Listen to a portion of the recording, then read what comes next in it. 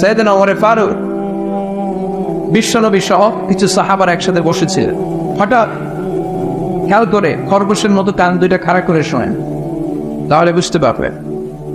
হঠাৎ সাইয়েদনা ওমর ফারুক দেখলেন মৌমাছির ভনভন ভনভন আওয়াজ দেখা যায়। হাদিসটা এসেছে সুনানে তিরমিজিতে, মুসনাদে আহমদ ইবনে হাম্বলে। বর্ণনাকারী সাইয়েদনা ওমর ফারুক তিনি বলছেন মৌমাছির ভনভন আওয়াজ দেখতে পেলাম, জানি ভাই সামনে পেছনে খুঁজে দেখি কোনো মৌমাছি নাই। ওমর ফারুক বললেন আমার আর বুঝতে বাকি রইল না, এটা আসলে মৌমাছি নয়, আকাশ থেকে কোরআনের আয়াত বিশ্বনবীর কলিজার মধ্যে নাযিল করছে কে? অনেকগুলো পদ্ধতিতে বিশ্বনবীর কাছে আল্লাহ ওহী পাঠাতেন। মিসলা সালসালাতিল জারাস, ঘন্টার ধ্বনির ন্যায় বুখারীর বর্ণনা। দপ্তরি যখন হাই স্কুলের ছুটির জন্য ঘন্টা বাজায় দমদম আওয়াজ হয়, এই দমদম বিকট আওয়াজের মতো বিশ্বনবীর কাছে কোরআন নাযিল করত কে? আবার ফিল মানাম, স্বপ্ন জুড়ে কোরআন দেওয়া হতো। মিন ওয়ারাইল হিজাব, পর্দার অন্তরাল থেকে কোরআন ঢেলে দেওয়া হতো। ইলকা ফি কুলুবি রাসূলিল্লাহ, বিশ্বনবীর অন্তরের ভিতরে কোরআন ঢুকিয়ে দেওয়া হতো। আবার সাইয়েদনা জিবরাইল ওনার নিজ সূরাতে নিজ আকৃতিতে বিশ্বনবীর কাছে এসে কোরআন নাযিল করে দিতেন। সুবহানাল্লাহ।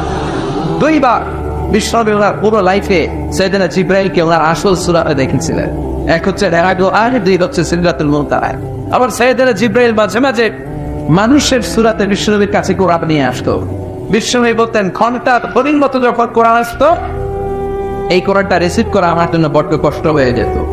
এভাবে কোরআন আসলে এটা রিসিভ করতে গেলে মা আয়েশা বলতেন বিশ্বনবী প্রচন্ড শীতের রাতে ঘেমে ঘেমে একাকার হয়ে যেতেন। আর যখন জিবরাইল মানুষের সূরাতে আসতো, রিসিভ করাটা আমার জন্য সহজ করে দিল কে? আরেকটা মজার সিস্টেমে বিশ্বনবীর কাছে আল্লাহ পাক কোরআন নাযিল করতেন। ওই সিস্টেমটা হলো মিসলা দাওয়িয়া সাউতিন নাল। জিবরাইলরা দেখা যায় না, ঘন্টার দমদম আওয়াজ নাই, চারদিকে মৌমাছির বনবন গুনগুন গুনগুন শব্দ দেখা যায়। আসলে গুনগুন শব্দ নয়, কোরআন পাঠায় কে? ওমর ফারুক বললেন বিশ্বনবীর সাথে আমরা বসা কাবার সামনে, হঠাৎ দেখি ভন ভন ভন মৌমাছির আওয়াজ। জানাই ভাই সামনে পেছনে মৌমাছি খুঁজলাম, মৌমাছি নাই। আমি বুঝে গেলাম আসলে এটা মৌমাছি না, আসলে কি কোরআন। হঠাৎ দেখলাম বিশ্বনবী আমাদের দিক থেকে মুখ ঘুরিয়ে কাবার দিকে বসলেন, চোখটা বন্ধ করে মাথাটা নিচের দিকে করে বিড়বিড় করে কি যেন রিসিভ করছেন, কি যেন দেখছেন, কি যেন পড়ছেন।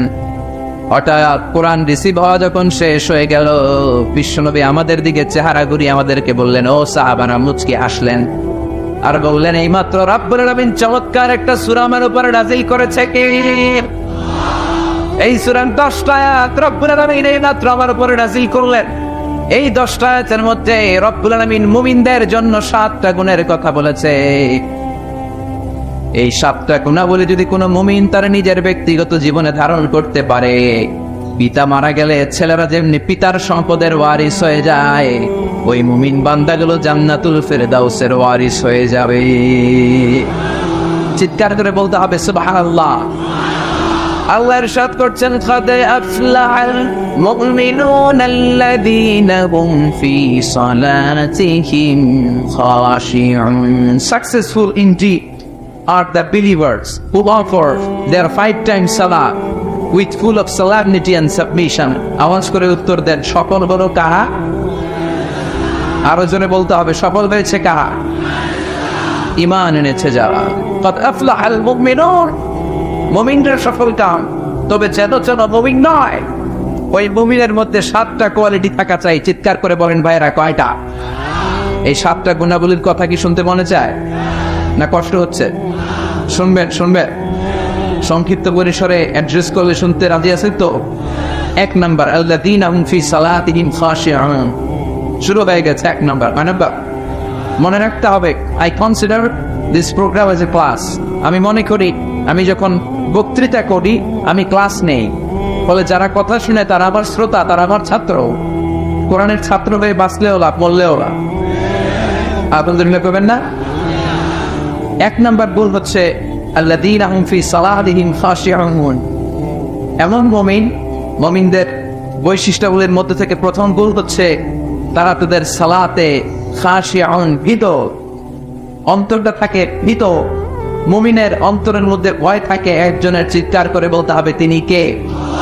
যাদের হৃদয়ে আছে আল্লাহর ভয়, তারা তবু পথ ভুলে যায় না। আল্লাহর প্রেম ছাড়া এই দুনিয়ায় কারো কাছে কোনো কিছু চায় না। রাতের আধারে জানা সেজদাতে রয়, দু চোখের স্রোতে নদী যেন বয়। রাতের আধারে যারা সেজদাতে রয়, দু চোখের স্রোতে নদী যেন বয়। ছলনার হাতছানি যতই ডাকুক, ছলনার হাতছানি যতই আসুক, পেছনে ফিরে বসে তাকায় না। যাদের হৃদয়ে আছে আল্লাহর ভয়, তারা কবু পথ ভুলে যায় না।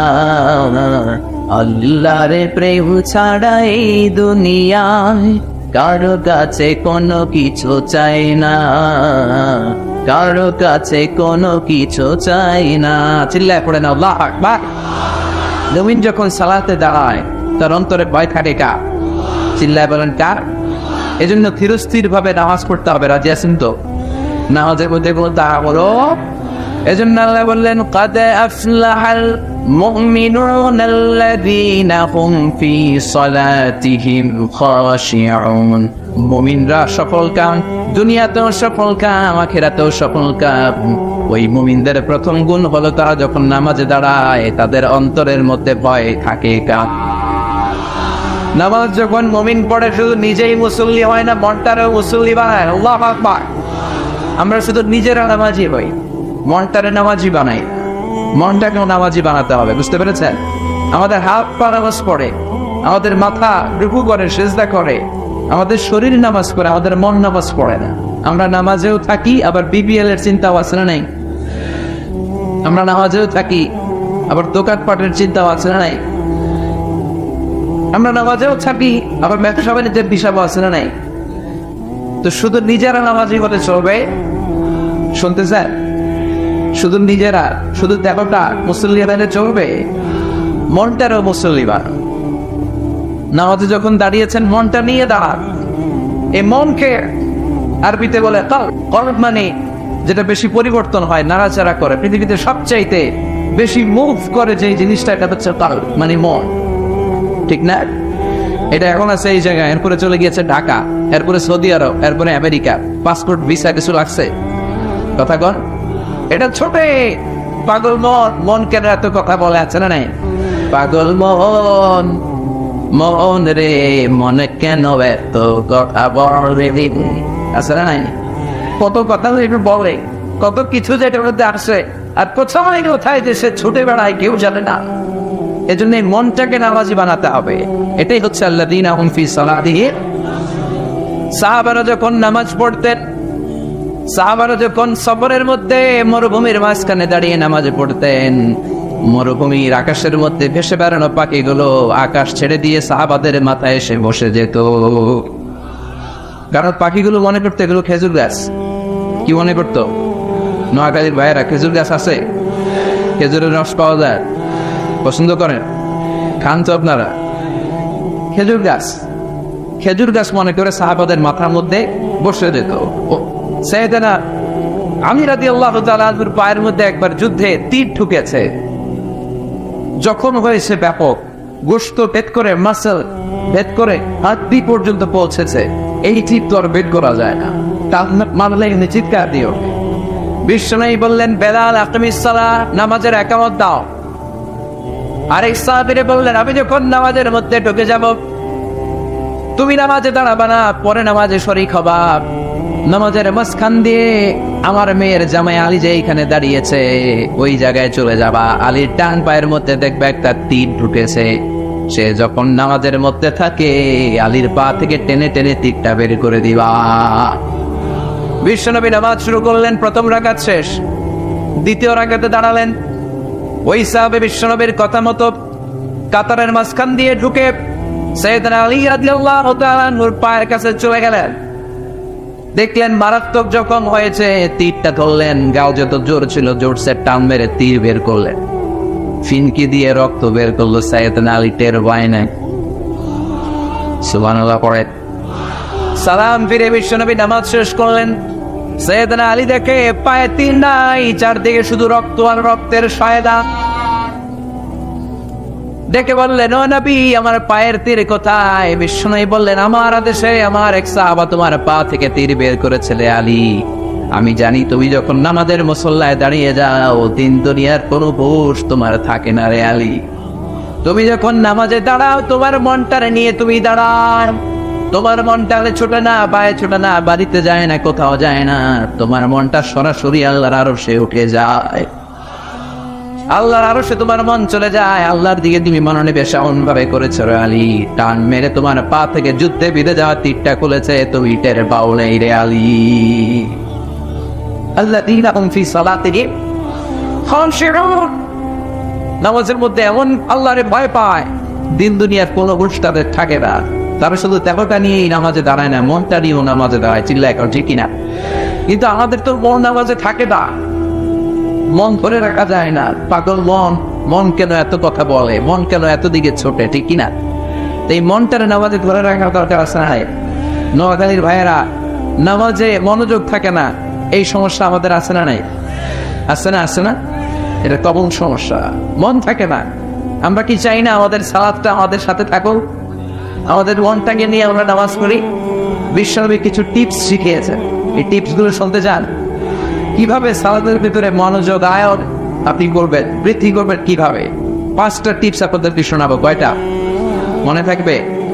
না খেয়ে ফেলবে খেজুরের রসের সাথে? মনে থাকবে তো? টিপস নাম্বার 1, বিশ্বনবী বললেন, সন্ডু সালাতান মুআত্তিয়া, বিদায়ী নামাজ পড়, আখিরি নামাজ পড়ো। প্রতিটা নামাজের ওয়াক্তের সময় মনে করো, হতে পারে এই নামাজটাই আমার জীবনের শেষ নামাজ। হতে পারে না? কথা দাও। আমার ঘড়িতে এখন বাজছে একেবারে বরাবর রাত 11টা। আপনাকে বলা হলো রাত 12টায় আপনাকে পৃথিবী ছেড়ে চলে যেতে হবে। শুনতেছেন? মনোযোগ নাই মনে হয়। স্লোগান দেয়, রাত 12টায় আপনাকে চলে যেতে হবে আল্লাহর দরবারে। মালাকুল মাউত এসে আপনার রূহ কবজ করে নিয়ে যাবে। এখন বাজে 11টা, উনি আসবেন 12টায়। তো আমার আছে কয় ঘন্টা? জোরে বলেন। বলা হলো এই 1 ঘন্টায় আপনার জীবনের শেষ সময়, আখেরি সুযোগ। যান 2 রাকাত নামাজ পড়েন। ওই দিনের 2 রাকাত নামাজের মতো কি আমার সারা জীবনের কোনো নামাজ পাবে? কারণ আমি জানি 1 ঘন্টা পরে এই ক্ষণিকের দুনিয়া ছেড়ে আমাকে চলে যেতে হবে। ওই দিন আপনি এত সুন্দর করে অজু করবেন, জীবনে এত চমৎকার অজু করেন নাই, জোরে কর ঠিক কিনা?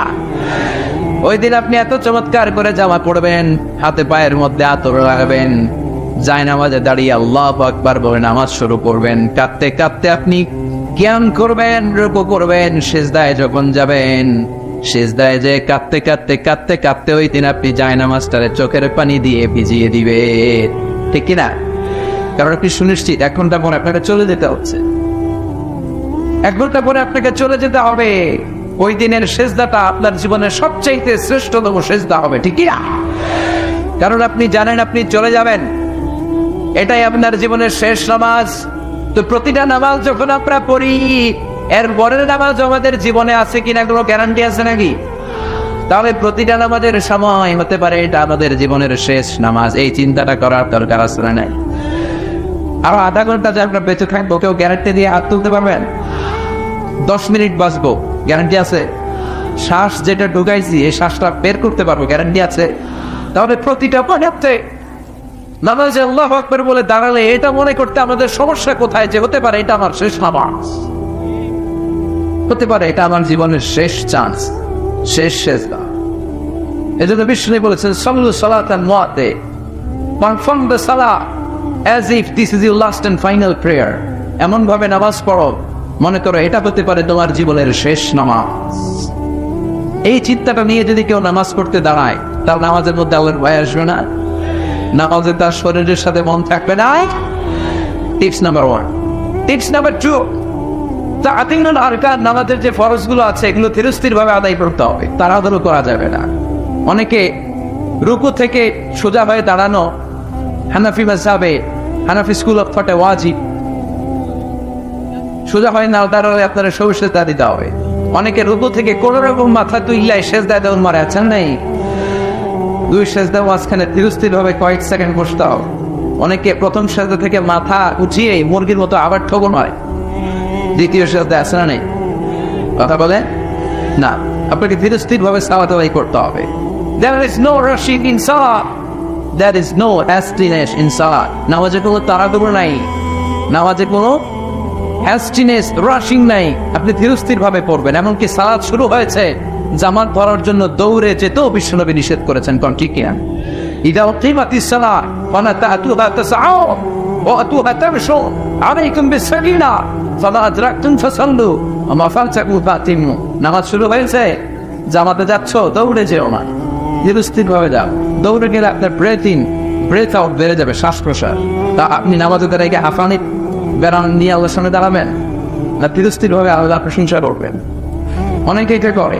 মাগরিবের নামাজ যেখানে কেরাত, ইমাম কেরাত ধরছে আল্লাহু আকবার ওয়াদ-দুহা ওয়াল-লাইলি ইযা মা ওয়াদ্দাআকা রাব্বুকা ওয়া মা ওয়ালাল আখিরাতু খায়রুল লাকা মিনাল মুসল্লি বা মুসল্লি ওযুখানে ওযু করছে, ওযুর মাঝামাঝি কেরাত ধরছে ছোট। উনি মনে মনে ভাবতেছে ওযু যদি তাড়াতাড়ি না করি আর রাকাত ধরার জন্য যদি দৌড় না দিই তাহলে রাকাত মিস।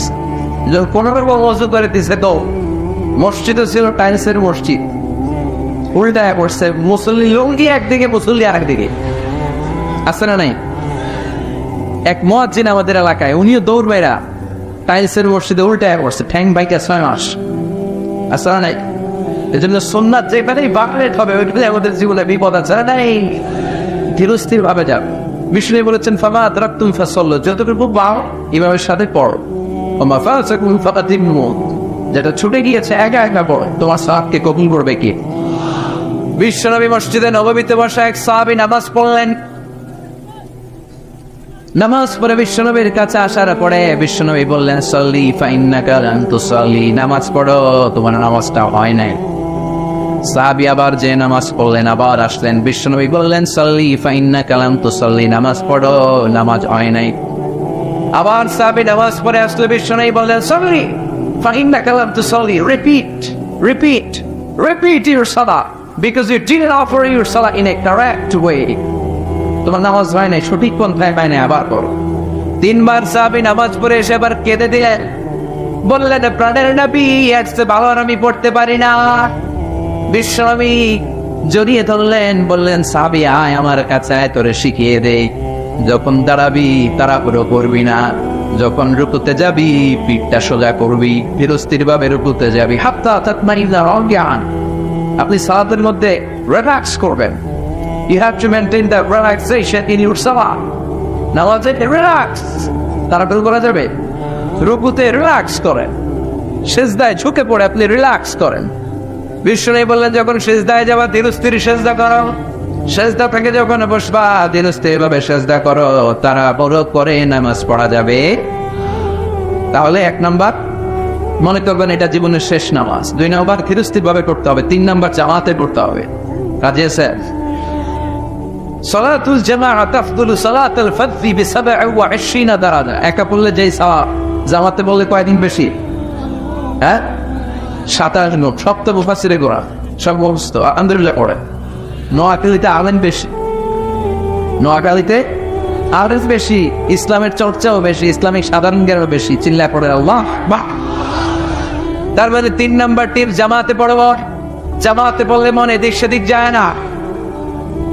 একা একা বললে মনের মধ্যে কুতকুতি আছে না নাই? একবার এটা ঢুকে একবার ওইটা, এজন্য জামাতে পড়বে। 4 নাম্বার সালাতে যা পড়ছেন বুঝে পড়বে। সালাতে কি বলি কিচ্ছু বুঝি না, আজীবন বললাম আত্তাহিয়াত লিল্লাহি ওয়াস সালাওয়াত ওয়াত তাইয়্যিবাত, কি কইছে নিজে জানে আসলে না। এজন্য হৃদয়ে টাচ করে না, কি যা আল্লাহ শোনাইলে আপনি নিজেই জানেন না। আজীবন বললাম সামি আল্লাহ লিমান হামিদা, সামি আল্লাহ লিমান হামিদা কি জানি না, এরকম আছে না? জানার চেষ্টা করবো এগুলোর অর্থ কি, তাহলে মনোযোগ থাকবে। সবশেষ কথা হলো সালাতের সুন্নাহগুলো মনোযোগের সাথে আদায় করবেন। সালাতে অনেক সুন্নাহ আছে। হাত পাতা সুন্নাহ, এই উপর থেকে নাভি পর্যন্ত পুরোটাই হাত পাতার জায়গা। যেখানে মন চায় বাঁধেন, না মন চাইলে হাত ছেড়ে দেন, তাও না যাও সুবহানাল্লাহ। কিন্তু হাত পাতা নিয়ে এটা নিয়ে আসা নেই। রফউল ইয়াদাইন, রুকুতে সিজদা যাওয়ার আগে আল্লাহু আকবার, এটা করা সুন্নাহ। তবে হানাফি স্কুল অফে এটা অনুসারিত করা হয়েছে। দুটোই হাদিস আছে, যার যেটা সুবিধা। প্রতিবার রফউল ইয়াদাইন করলে 10টা করে সওয়াব। যারা প্র্যাকটিস আছে করেন, যাদের প্র্যাকটিস নাই না করলেও চলবে। এটাও সালাতের পদ্ধতিতে আছে না নেই? এরপরে যখন তাশাহুদ পড়বেন আঙ্গুল উঠান, আঙ্গুল উঠালেও সওয়াব আছে না নাই?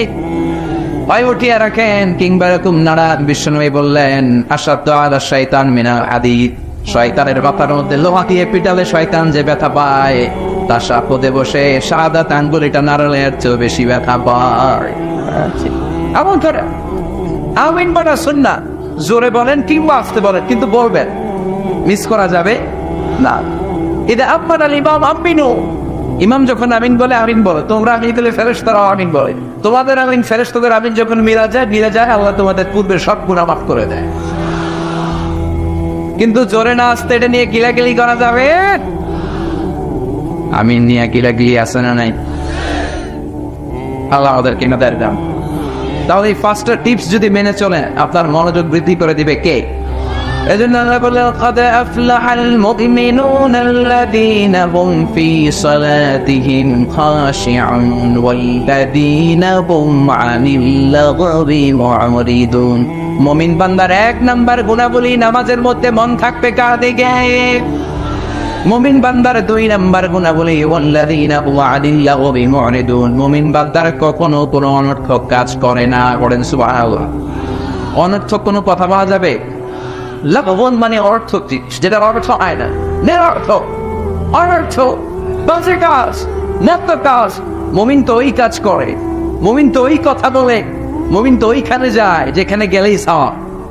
সুবহানাল্লাহ পড়ে। এই যে সুবহানাল্লাহ পড়ছেন, সওয়াব আছে না নেই? তাহলে চিল্লায় পড়েন সুবহানাল্লাহ। একবার সুবহানাল্লাহ বললে তামলাউ মা বাইনাস সামাওয়াতি ওয়াল আরদ, আকাশ এবং জমিনের মাঝখানে যতটুকু জায়গা, পুরো জায়গাটাতে আল্লাহ সওয়াব দিয়ে এসে ওই ব্যক্তির আমলনামায় ডুবিয়ে। তাহলে মুমিন মুখ দিয়ে এই কথা বলে, যেই কথা বললে সওয়াব দেয় কে? কারণ মুমিন জানে মা ইয়ালফিযু মিন কওলিন ইল্লা লাদাইহি রাকীবুন আতীদ। মুমিন জানে তার মুখ দিয়ে সে যেই কথা বলে, যেই শব্দ উচ্চারণ করে, এগুলো লিখে রাখার জন্য দুইজন ফেরেশতা আছে না নাই? কি নাম ওই দুই ফেরেশতা?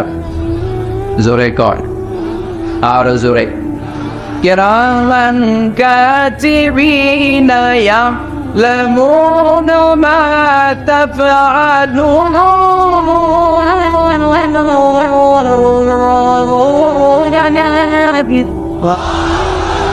যা করি যা বলি দুই ঠোঁট দিয়ে যেই শব্দগুলো বের হয় সব শব্দ লিখে রাখে কে?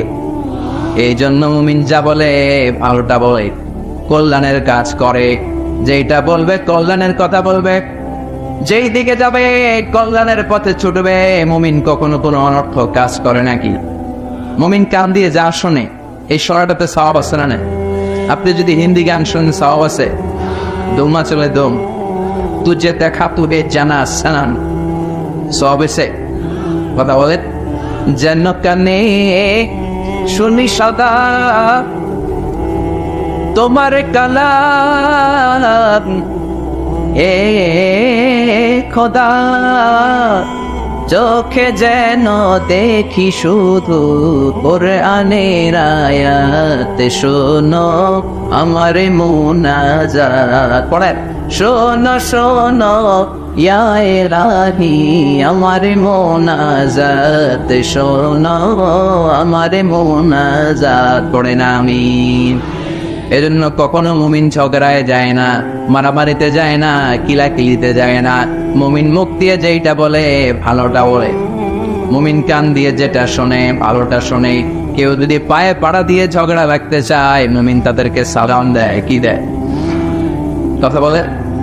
আপনি কোরআনের পক্ষে থাকতে চান, আপনি পাঞ্জাবি পড়ছেন, সাদা পাঞ্জাবি সাদা রাখতে পারবেন না, লোকজন এটাতে কালি বাড়ায় দিতে চাবে, আপনার পায়ে পাড়া দিয়ে ঝগড়া করতে যাবে, এরকম আছে না নাই? আপনাকে ঝুঁকি নিয়ে ইসলামের পক্ষে কথা বলতে হবে। চিল্লা এখন ঠিক। ওরা আপনার পায়ে পাড়া দিয়ে বলবে তুই মৌলবাদী, তুই রাজাকার, তুই জঙ্গি, তুই যোদ্ধা করতে। একটার পর একটা ট্যাগ আছে না, লাগাই দিবে। কিন্তু এগুলো শোনার সময় আমার বিশ্বনবী বলেছেন তা শায়ের তুমি কবি, বলেছেন তা কাহেন তুমি গণ, বলেছেন তা মাজনুন তুই তো পাগল। বিশ্বনবী বলে তোদের এই কথাগুলো শোনার সময়টাও আমার নাই। চিল্লা বলে ঠিক। এজন্য কে আমারে মৌলবাদী ডাকে, কে আমার জঙ্গি ট্যাগ লাগায়? ওগুলো শোনার সময় আমার নাই। আমার ভালো করে জানা আছে আমি জঙ্গি না, আমি মুজাহিদ। আমরা কি যারা ইসলামের পক্ষে যারা মুজাহিদ, যারা বিপক্ষে ওরা জঙ্গি চিল্লা করেন, ঠিক কিনা? সাইয়েদনা মূসা আলাইহিস সালাম ছিলেন মুজাহিদ, তাহলে বড় জঙ্গিটার নাম কি? ফেরাউন। সাইয়েদনা ইব্রাহিম ছিলেন মুজাহিদ, তাহলে জঙ্গিটার নাম কি? বিশ্বনবী ছিলেন মুজাহিদ, তাহলে জঙ্গিটার নাম কি? যারা হকের কথা এই বাংলার জমিনে বলে তারা মুজাহিদ, আর ইসলামের বিপক্ষে যারা শাহবাগে আন্দোলন করে এক একটা জঙ্গি চিল্লায় বলে, ঠিক না?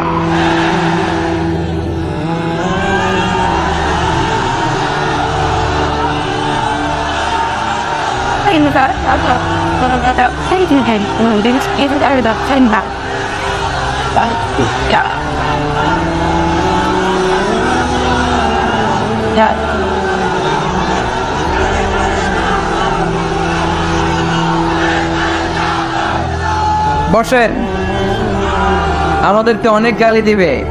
বিশ্বনবী যেখানে গালি থেকে রেহাই পায় না, আমি কলির মধ্যে ঠিক কিনা? গালি দিবে, ট্যাগ লাগাবে, এইটা বলবে সেইটা বলবে, আমলা করবে মামলা করবে, এগুলো দেখার টাইম আমার নাই, ঠিক কিনা? এই জন্য আল্লাহ বললেন মুমিন বান্দারা অর্থ কাজে যায় না, যেটা ভালো কাজ, নিজের কল্যাণ, সমাজের কল্যাণ, ফ্যামিলির কল্যাণ, জাতির কল্যাণ, দেশের কল্যাণ, দশের কল্যাণ, ওই কাজে মুমিনরা আছে না নাই? এরপর আল্লাহ বললেন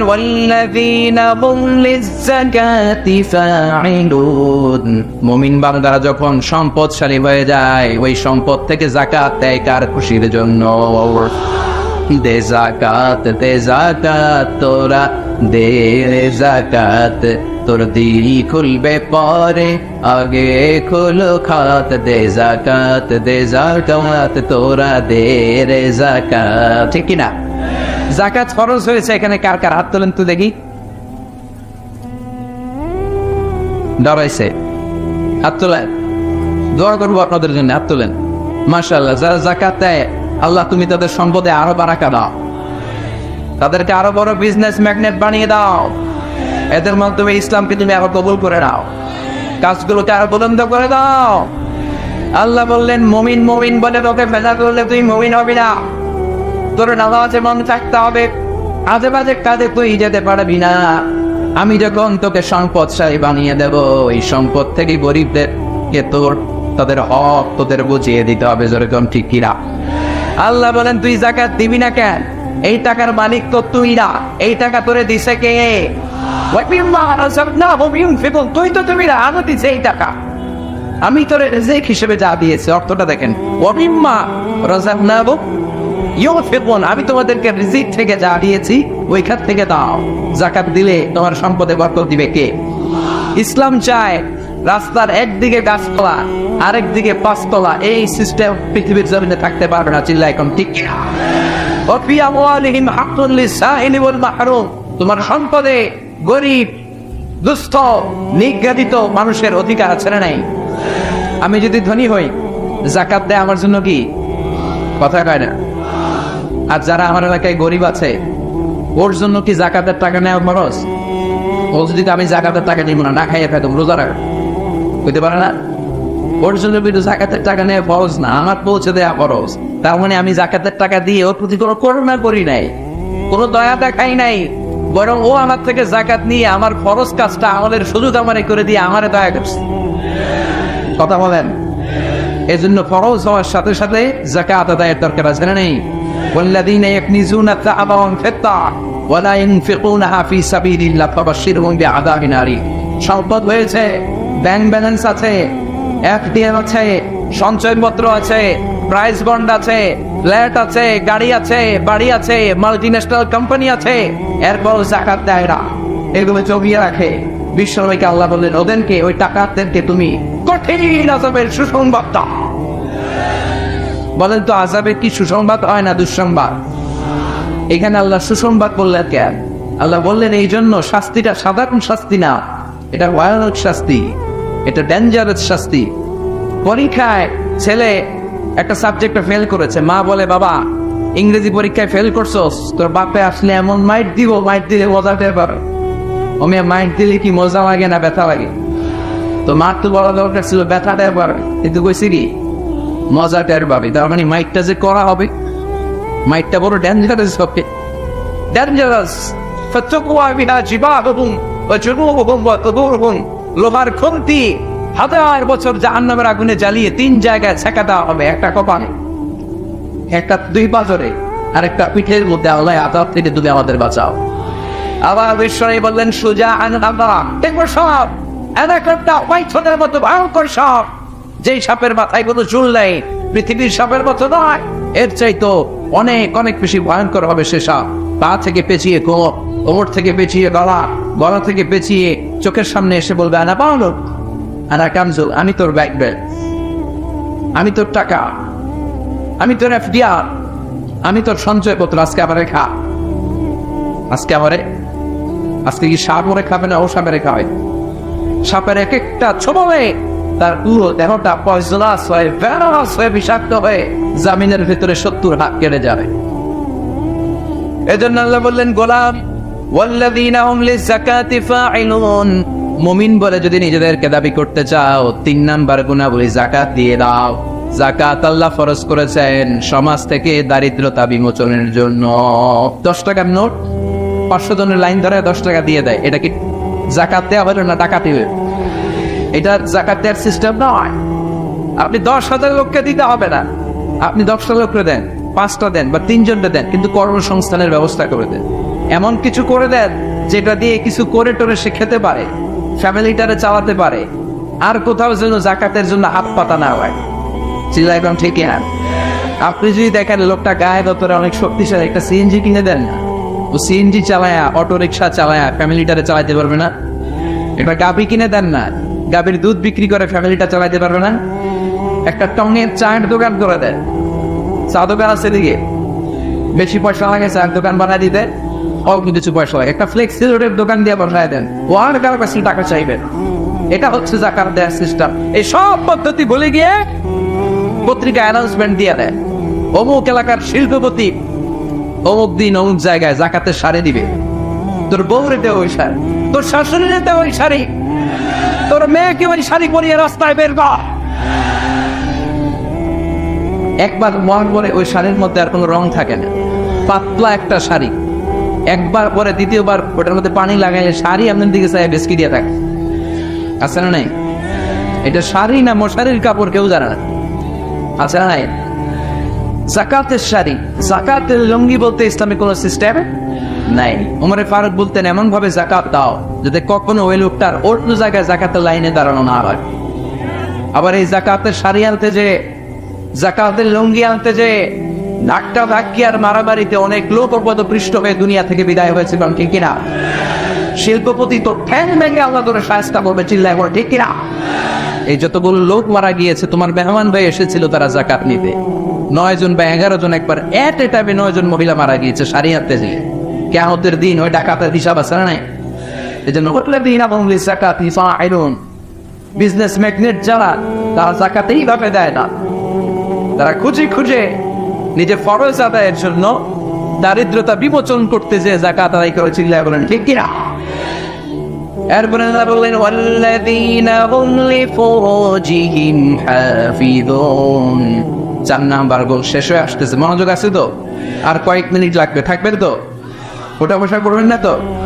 আল্লাহ বললেন 4 নাম্বার ওয়াল্লাযীনা হুম লিফুরুজিহিম হাফিযুন, মুমিন বান্দারা তাদের প্রাইভেটসকে হেফাজত করে, লজ্জাস্থানের হেফাজত করে। স্ত্রী ছাড়া বিবাহ বহির্ভূত কোন সম্পর্কে, পরকীয়ার মতো জঘন্য কোনো সম্পর্কে মুমিন জড়াতে পারে না। মুমিন তাদের লজ্জাস্থানকে হেফাজত করে কার ভয়ে? লজ্জাস্থান হেফাজত করার প্রথম স্টেপ হচ্ছে নজরের হেফাজত, ঠিক কিনা? আমরা কি নজরের হেফাজত করতে পারি? কথা বলেন। আমাদেরকে বলা হয় ধর্ষণ করো না, রাষ্ট্রীয় স্লোগান ধর্ষণ করো না, কিন্তু ধর্ষণের যত উপাদান পুরো সমাজের মধ্যে আসে না নাই?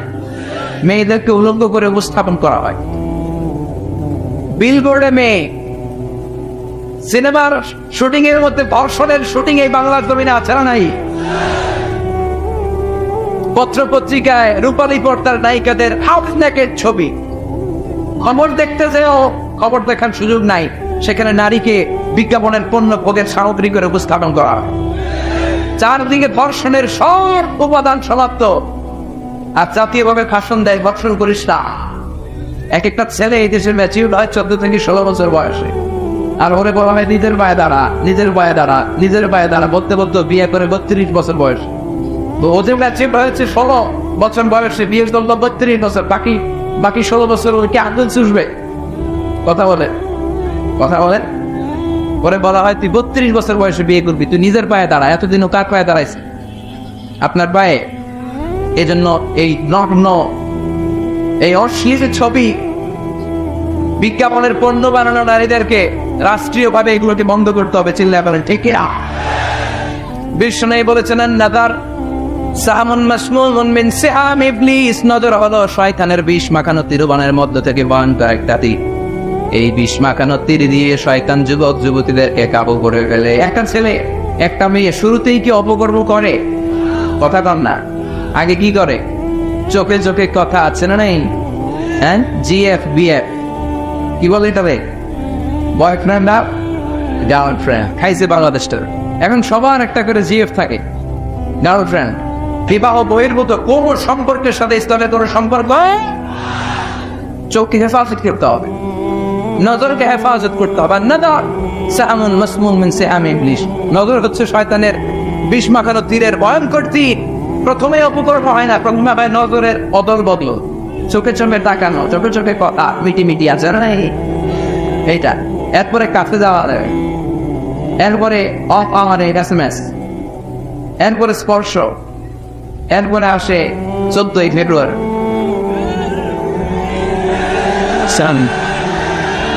বিশ্ব ভালোবাসা, বিশ্ব বেহায়াপনার একটা দিন, বিশ্ব গজবের একটা দিন, পুরানদের কর্মকাণ্ডের একটা দিন। চিল্লায় বলো ঠিক কিনা?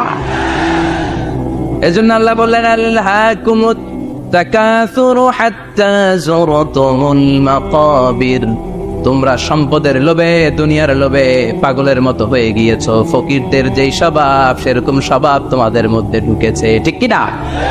আরো চাই, আরো লাগবে, আরো দাও, সব খামু, সব আমার। পেটটা এতটুকু, হ্যাঁ সব খাইব। পেট কদ্দুর, কিন্তু বলে কি সব খাবো। আনলিমিটেড ডিমান্ড, শেষ নাই। প্রতিযোগিতার পর প্রতিযোগিতা। উনার কত টাকা, আমার টাকা তার চেয়ে বেশি লাগবে। ওর বাড়ি কয়টা, আমার বাড়ি আর কয়েকটা বাড়ানো লাগবে। ওর বিল্ডিং যদি হয় 5 তলা, আমার লাগবে 6 তলা। কিন্তু উনি তাহাজ্জুদ পড়ে, আমারও তাহাজ্জুদ পড়া লাগবে। এই টেনশন আছে নাকি? কথা বলেন। ওনার বাড়ি 5 তলা, আমারটা লাগবে 8 তলা। বিষ্ণু বলেছেন one of the minor sign before the day of judgement, people will start to compete to construct high rise buildings. কিয়ামতের আগে লোকজন বড় বড় বিল্ডিং বানানোর প্রতিযোগিতা শুরু করে দেবে। ওয়ান তারাল হুফাতাল উরাতাল আলাতা রিয়া শাইয়াতা তাওয়ালুনা ফিল বুনিয়ান।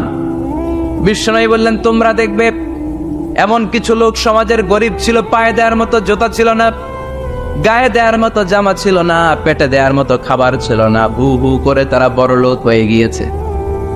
আর সমাজের এদিকে সেদিকে আনাচে কানাচে বিল্ডিং বানানোর প্রতিযোগিতা করতে শুরু করেছে। আছে না নেই? বানসারামপুরে মুরব্বী যারা আছেন একটু বলেন তো, আজ থেকে 20 বছর আগে এরকম এত বিল্ডিং, টাওয়ার, ফাউন্ডেশন ছিল কুমিল্লা শহরে, চট্টগ্রামে, ঢাকায়? আজ থেকে 20 বছর আগে এখন যেমনি টাওয়ার বানানোর প্রতিযোগিতা এগুলো ছিল। কথা বলে, তার মানে এগুলো কিয়ামতের আলামত। একটার পর একটা, একজন বানায় 100 তলা, আরেকজন বানায় 150 তলা, আরেকজন বলে না আমারটা বানাইতে হবে 200 তলা। আছে না নাই? জেদ্দাতে এবার হজে জেদ্দায় দেখলাম যে সবচেয়ে বড় টাওয়ারটা কাজ এখনো শেষ হয় নাই। 19 সালে খুব সম্ভব ওরা কমপ্লিট করতে পারবে। গত 5 বছর ধরে চালাইয়েই যাচ্ছে। কিংডম টাওয়ার 1000 মিটার উঁচু। হিসাব বুঝেন তো, 1000 মিটার মানে কয় কিলোমিটার? 1 কিলোমিটার। একটা বিল্ডিং যদি 1 কিলোমিটার উঁচা হয়, এটার সামনে যে তাকাতে পারবেন? টুপি পরে যাবে না পিছনে? কথা বলেন। 1 কিলোমিটার উঁচু দি কিংডম টাওয়ার, সৌদি আরবের জেদ্দা নগরীতে অবস্থিত। আরেকটা আছে দুবাইতে, বুর্জ আল খলিফা 818 মিটার উঁচু। কিংডম টাওয়ার হচ্ছে 170 তলা, আর বুর্জ আল খলিফা 163 তলা। কাবা ঘরের পাশে আরেকটা টাওয়ার আছে, জমজম টাওয়ার। এটার দিমাক্কা রয়্যাল ক্লক টাওয়ার বলে। হাজী সাহেবরা দেখে আসছেন না? বড় একটা ঘড়ির মনোগ্রামও আছে। এটা 120 তলা। কয় তলা? 120 তলা। চায়নাতে একটা আছে সাংহাই টাওয়ার। তাইওয়ানে একটা আছে দি টাইপেরান 101, 101 তলা। আমি যেখানে পিএইচডি করি, বছরের বেশিরভাগ সময় থাকি, মালয়েশিয়াতে একটা আছে। আমরা শপিং করতে গেলে মাঝে মাঝে ওখানে যাই। দুই ভাইয়ের মতো দাঁড়ায় আছে, পেট্রোনাস টুইন টাওয়ার। স্থানীয় রাইটারে বলে KLCC। 41st 42nd ফ্লোর একটা ব্রিজ আছে, এই টাওয়ার থেকে ওই টাওয়ারে যাওয়া যায়। ইয়াতাতাওয়ালুনা ফিল বুনিয়ান, বিল্ডিং বানানোর প্রতিযোগিতা। অমিয়া কিয়ামতের দিন ইসরাফিলের সিঙ্গার ফুৎকারে ইদা জুলজিলাতিল আরদু জিলজালাহা, একটা ভূমিকম্প যে তৈরি হবে, গোটা বিশ্বে যে একটা ভূকম্পন হবে, ওই ভূকম্পনের চোটে একটা টাওয়ারও টিকে থাকবে নাকি? থাকবে। এজন্য আল্লাহ বললেন আলহাকুমুত তাকাসুরু হাত্তা যুরতুমুল মাকাবির। দুনিয়ার সম্পদ, লোভ, লালসা, এই সম্পদের প্রতি আকাঙ্ক্ষা তোমাদেরকে গাফেল বানিয়ে দিয়েছে। এই গাফলতি তোমাদের কমবে না, কমবে না। হাত্তা যুরতুমুল মাকাবির, যতদিন না কবরে যাও। কবরে না যাওয়া পর্যন্ত এই খাই খাই নাই নাই এই মানসিকতা তোমাদের থেকে কঠিন কালেও যাবে না। চিৎকার করে বলেন কথাটা কার? এজন্য আল্লাহ বললেন সম্পদ তোমাদেরকে পাগল বানিয়ে রেখেছে। সম্পদের পাহাড় মানুষ গড়তে চায়।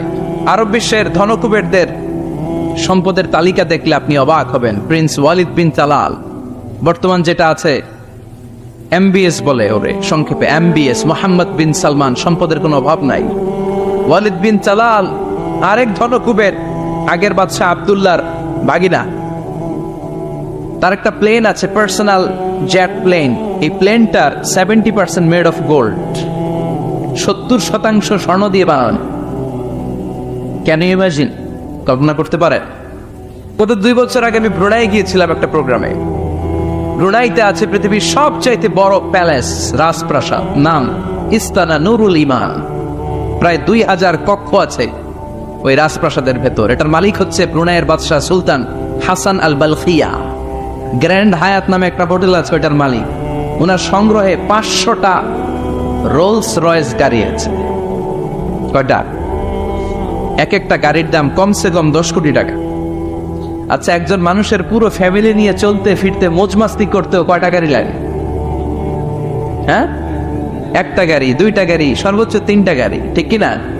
সে তার সংগ্রহে 500 রোলস রয়েস গাড়ি রেখেছে। আর Lamborghini, Ferrari, Porsche, Maybach, Bugatti, Range Rover, Volkswagen, BMW, Mini Cooper, Mercedes Benz, এই ব্র্যান্ডের গাড়ির কোনো অভাব নাই। আরো লাগবে তার, আরো লাগবে। কোথায়? রেঞ্জ রোভার বেরিয়েছে নতুন নিউ ব্র্যান্ডের, BMW 9 সিরিজ কোথায়? আরো গাড়ি লাগবে। এরকম মানসিকতা আজও আরবের ধনকুবেরদের মধ্যে আছে না নেই? এজন্য আল্লাহ বললেন খবরদার, সম্পদ তোমাদেরকে পাগল বানিয়ে দিয়েছে। আলহাকুমুত তাকাসুর, এই সম্পদের মায়া কোনোদিন তোমাদের কমবে না। হাত্তা যুরতুমুল মাকাবির, যতদিন না তোমরা কবরের ভেতরে ঢুকবা। ইসলাম সম্পদ উপার্জন করতে বাধা দেয় না, তবে সেটা হতে হবে হালাল পন্থায়, ঠিক কিনা? কারণ হালালে বরকত দিয়েছে কে? হারামে কোনো বরকত আছে? আচ্ছা বলেন তো, গরু খাওয়া হালাল না হারাম? কুকুরের গোশত খাওয়া হারাম। বাংলাদেশে কি বেশি বেশি গরু জবাই হয় না কুকুর? গরু। গরু বছরে বাচ্চা দেয় কয়টা? একটা। কুকুর বাচ্চা দেয় কয়টা? 6টা 7টা, অনেকগুলো। তারপরেও বাংলার জমিনে গরু বেশি না কুকুর বেশি? সুবহানাল্লাহ পড়বেন না? আর গরু খাইলামও বেশি, গরু জবাই করলামও বেশি, আবার গরু বাচ্চাও দিল কম। কুকুর খাইলাম না, কুকুর জবাইও করলাম না, কুকুর বাচ্চা দিল অনেক, কিন্তু কুকুর কম, গরু বেশি। কারণ গরু খাওয়া হালাল, আর হালালে বরকত ঢুকিয়ে দিয়েছে কে? এজন্য আল্লাহ বললেন গোলাম, হালালে বরকত, হালাল পন্থায় কোটি কোটি টাকার মালিক হন, ইসলামে বাধা নাই। তবে নিসাব পরিমাণ সম্পদ হলে যাকাত দিতে বলেছে কে? অফি আমওয়ালিহিম হাক্কুন লিসসাইলি ওয়াল মাহরুম, তোমার সম্পদের মালিক শুধু তুমি নও, না খেয়ে থাকা সমাজের গরিবদের ওই সম্পদে ভাগ আছে না নেই? অনেকে জাকাতের শাড়ি দেয়, জাকাতের লুঙ্গি দেয়। জাকাতের শাড়ি বলতে জাকাতের লুঙ্গি বলতে কোনো লুঙ্গি নাই, ঠিক কিনা? জাকাত হচ্ছে এমন পরিমাণের সম্পদ আপনি একজনকে দিয়ে দিবেন, ওই সম্পদ পেয়ে জীবনে আর কোনোদিন যেন তার আরেক জায়গায় জাকাতের টাকা নিতে হাত পাতা না লাগে। কিন্তু জাকাতের শাড়ি দেয়, আছে না নাই? পত্রিকায় বিজ্ঞপ্তি দেয়, আবার ওই শাড়ি আনতে যায় পদপৃষ্ট হয়ে লোকজন মারা যায়, এরকম ডাকাত আছে না নাই? এজন্য আল্লাহ বললেন, খবরদার, সম্পদ উপার্জন করো, কিন্তু নিসাব পরিমাণ সম্পদের মালিক হলে জাকাত দিবা। ওয়াল্লাযীনা ইয়াকনিজুনা الذهب والفضة ولا ينفقونها في سبيل الله فبشرهم بعذاب أليم। যারা সম্পদের মালিক হয় কিন্তু আমার রাস্তায় যাকাত দেয় না, ও নবী, তাদেরকে আপনি কঠিন আযাবের সুসংবাদ দেন। পড়েন নাউযুবিল্লাহ।